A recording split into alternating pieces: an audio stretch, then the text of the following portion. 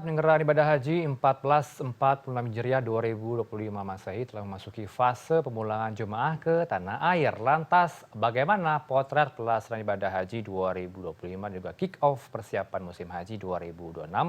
Langsung kita bahas pada sore ini bersama narasumber sudah hadir studio Bapak Muhammad Zain, selaku Direktur Pelayanan Ibadah Haji dalam Negeri Kemenak RI. Selamat sore, Assalamualaikum. Pak Zain, sehat selalu Anda. Waalaikumsalam warahmatullahi wabarakatuh. Pak Renov.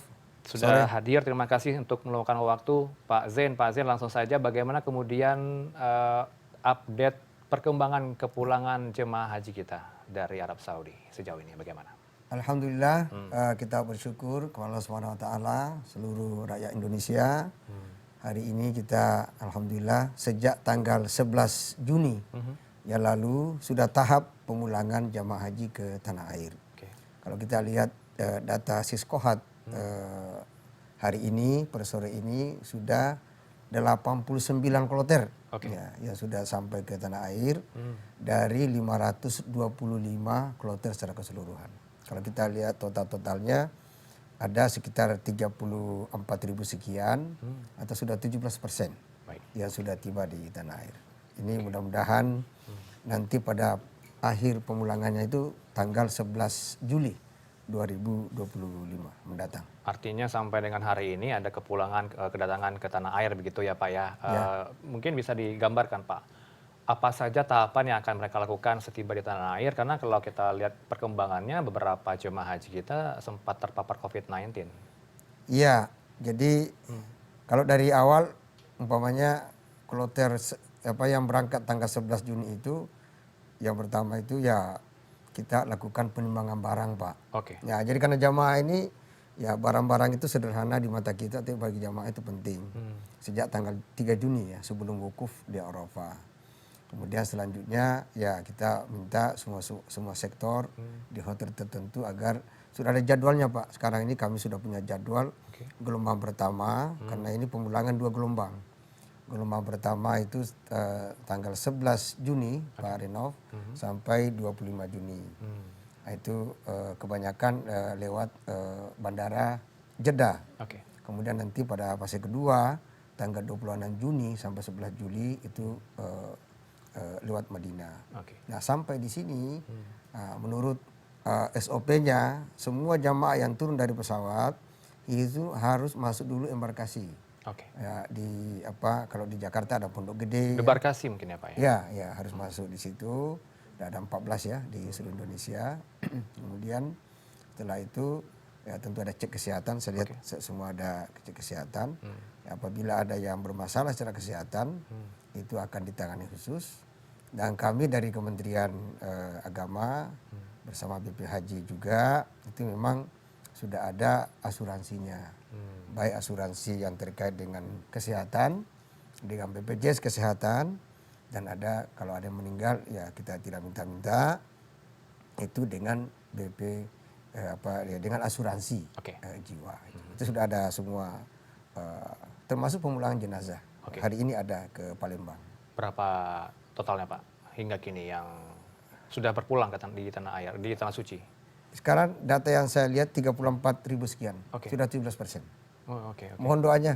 Baik Pak, selalu doakan untuk Kementerian Agama. Kemudian Pak, bagaimana tahapan berikutnya Pak? Setelah sampai di asrama, mereka menjalani karantina kembali atau memang langsung bisa pulang ke rumah masing-masing setelah cek kesehatan dan administrasi? Ya, biasanya saya lihat lebih simpel Pak. Jadi begitu turun pesawat, ya, diangkut oleh bus ya, langsung masuk di asrama haji yang 14 tadi saya sampaikan. Kemudian dari situ ada kopornya dan sebagainya, biasa langsung itu, dan biasa dikasih snack ringan dan sebagainya. Jadi lebih simpel, dan biasanya juga jamaah kalau sudah tiba di tanah air lebih ceria, lebih bahagia. Baik. Mbak, secara keseluruhan bagaimana Pak evaluasi penyelenggara ibadah haji 2025? Ya, ini kita belum bicara evaluasi ya karena ini masih berlangsung. Biasanya itu setelah tanggal 11 Juli biasanya Menteri Agama atau ini kan juga BP Haji super support kita bersama-sama biasanya ada pernyataan secara resmi. Tapi ini sambil berjalan ya mudah-mudahan tidak ada masalah dari sisi layanan transportasi Oke. darat ketika pemulangan pendorongan jamaah dari Mekah ke Jeddah atau dari Madinah. Kemudian transportasi udara juga demikian. Ya, kita berharap sudah ada himbauan dari kita agar jamaah terus menjaga kesehatan. Karena bagaimanapun ini proses pemulangan, ibadah-ibadah sunnah itu penting, tapi lebih penting menjaga kesehatan. Istilah Pak Menteri Agama itu Profesor Kiai Nasruddin Umar, kita selalu merawat kemabruran haji. Ya, jadi mabrur haji ini biasanya terlihat ketika jamaah sudah sampai di tanah air. Ada perubahan sikap yang mendasar pada dirinya, banyak bisa menahan emosi, kebaikan yang selalu keluar dari lisannya, perilakunya tambah nice, ya, mencerminkan pribadi yang akhlaknya tinggi. Tentu kita doakan semua jemaah haji asal Indonesia akan mabrur gitu ya, baik Pak Haji maupun Ibu Hajah begitu Pak Zain. Pak Zain, tentu ada keluhan yang disampaikan oleh jemaah haji kita terhadap penyelenggara ibadah haji Indonesia ya. Apa kemudian yang bisa Anda gambarkan ke kami menjawab keluhan tersebut Pak? Sejauh mana follow up-nya Pak dari keluhan tersebut? Ya, memang setiap musim haji itu selalu ada kisah dan cerita masing-masing. Tentu dari sisi pemerintah selalu berusaha untuk memberikan layanan yang maksimal, tetapi ada saja ketidaksempurnaan. Ya, tetapi yang menarik adalah setiap masalah yang muncul selalu kita mitigasi sebelumnya, sehingga ada masalah lalu ada solusi yang kita bisa sampaikan, bisa kita kerjakan. Umpamanya dulu di awal-awal pemberangkatan itu, bahkan sebelum pemberangkatan memang kita mengkhawatirkan jangan sampai ada keterlambatan visa di awal-awal. Kita support, kita berkomunikasi dengan Hajj dan sebagainya. Alhamdulillah pada saatnya juga alhamdulillah visa terbit adalah 203.320. Itu persis dengan jumlah kuota haji reguler. Jadi ya, tapi ya semua kita komunikasikan dengan baik. Di awal-awal juga lansia hanya 70 tahun ke bawah, tapi lama-lama juga diberi ruang untuk yang 70 tahun ke atas. Ya semua bisa dikomunikasikan, tapi memang ada catatan-catatan. Saya pikir pemirsa masyarakat juga sudah tahu catatan itu, dan kita selalu melakukan perbaikan inovasi-inovasi. Setiap inovasi selalu ada catatan. Pengaduan paling banyak apa nih Pak? Keluhan jemaah di sana apa yang paling banyak ditangkap oleh Kementerian Agama sehingga harus ditindaklanjuti dalam waktu dekat saat itu? Jadi yang terasa di awal-awal itu kan selama ini kan orang berangkat ke Tanah Suci itu berbasis kloter. Ya. Sekarang ini kan untuk tahun ini ya kita mendapatkan pengalaman, ya kita harus lihat positif ya, multi syarikah, beberapa syarikah. Jadi kita sebetulnya di awal-awal keberangkatan sudah kepengen betul-betul one kloter one syarikah. Tetapi kan ada dinamika di situ, sehingga terkadang ada jemaah yang terpisah dari kloternya. Tapi alhamdulillah, ya meskipun itu sempat terjadi, tapi untuk pemulangan haji, ya kita juga minta agar pemulangan haji itu tetap berbasis kloter. Nah ini diokekan. Nah ini juga makanya menariklah dinamika seperti itu. Dan Anda mengakui kegagalan syarikah? Oh enggak. Karena masih baru mungkin ya. Kita tidak boleh mengatakan gagal syarikah. Ini adalah multi syarikah, dan pertama kali kita mengalami pengalaman. Multi syarikah itu sebetulnya filosofinya itu keinginannya, cita-citanya untuk sukses haji. Ya, jadi tetapi bahwa itu ada dinamika, yes. Kita akan terus melakukan perbaikan ke depan. Catatannya udah banyak, solusi-solusi dari pandangan yang banyak juga menjadi catatan, baik dari tim UAS DPR RI, dari BP Haji sendiri, dari Kementerian Agama sendiri, dari publik sendiri. Insya Allah kalau ini diramu menjadi sebuah hal yang inovatif, kolaborasi, dan tentu akan dilakukan evaluasi menyeluruh secara komprehensif. Termasuk catatan utama dari Arab Saudi Pak, saya bacakan ya beberapa catatannya, ini juga mungkin sudah mendapat gambaran untuk Anda, Kementerian Agama ya Pak Zain ya. terhadap kinerja lapangan, transparansi data kesehatan, penekanan pada standar istiqoah, Ya, tantangan di lokasi puncak haji, Armusna. Ini bagaimana merespon ya, hal ini, ya, Pak? ya. 4 catatan dari Arab Saudi. Satu-satu dulu. Baik, silakan Jadi yang pertama umpamanya dulu, Pak. em, data istitoah. Oke. Memang ini concern dua pemerintah. Pemerintah Indonesia juga begitu, Arab Saudi apalagi ya. Istitoah ini kan kemampuan fisik kesehatan Oke. di samping finansial. Karena memang kan dalam Al-Quran disebutkan walillahi ala nasi hajjul baiti man istata'a ilaihi sabila. Oke. Jadi panggil menunaikan haji adalah orang yang istita'ah, mampu dari sisi fisik maupun mampu secara finansial. Nah, istita'ah kesehatan sesungguhnya rekomendasi ini bukan dari Kementerian Agama, Oke. itu bersama-sama dari Kementerian Kesehatan. Jadi pemeriksaan kesehatan itu jauh-jauh hari sudah dilaksanakan karena istita'ah ini salah satu syarat untuk pelunasan haji. Nah, jadi kurang lebih 2 bulan sebelum keberangkatan istita'ah itu dilakukan. Nah, rentang waktu 2 bulan ini, terkadang jamaah kan tidak konsisten. Oke. Nah, ketika sudah mau berangkat, sudah masuk embarkasi, nah disitulah mungkin ada sesuatu, bukan ada hal yang mungkin tidak konsisten di situ. Ya mungkin pemeriksaannya tidak sedetail. Mungkin di situ ya. Salah satu yang saya lihat. Mestinya ya ke depan memang harus betul-betul ketika jamaah sudah masuk embarkasi pada saat mau keberangkatan. Oke. Di situ juga ada pemeriksaan kesehatan. Tidak harus lebih ketat dan konsisten. Nah, supaya mudah-mudahan jamaah kita di sana juga bisa menjaga kesehatan selama melaksanakan ibadah haji. Oke. Nah, itu mengenai istitoah. Kita harus Istitoah. konsisten Baik. dengan regulasi yang ada, baik yang ada di Indonesia maupun di Saudi. Nah, itu yang saya lihat ya. Baik. Jadi karena memang rentang waktu pemeriksaan dengan ini, ya, itu satu. Apalagi tadi itu. Ini menyambung, Pak, masih soal kesehatan, kita bahas satu persatu ya, ada 4 Ya, tadi catatan utama dari Arab Saudi, ini menyambung soal kesehatan. Apakah kemudian ada pertimbangan berikutnya ke depan, kita mengambil contoh Malaysia, koreksi saya jika salah ya Pak Zain ya, Malaysia itu menerapkan usia untuk jemaah haji mereka maksimal usia 65 tahun, tapi tidak dengan kita, berbeda Pak, sampai dengan maksimal 90 tahun ya kalau tidak salah ini ya. Banyak sekali mereka yang mengalami pikun di sana Pak, tidak bugar, tidak banyak ingin pulang ke tanah air, dipulangkan. Ini bagaimana Pak menjawab ini? Apakah nanti ada mungkin klausul ke DPR meminta usia maksimal jemaah haji Indonesia sama dengan Malaysia, 65 tahun? Untuk tahun ini memang tidak ada batasan umur. Oke. Tahun ini adalah standarnya adalah standar istitoah. Istitoah. Ya, jadi meskipun 90 tahun tapi dia sehat, oke. Gitu. Nah, tentu dengan pengalaman 2025 ini, saya yakin para petinggi kita sudah merumuskan sesuatu.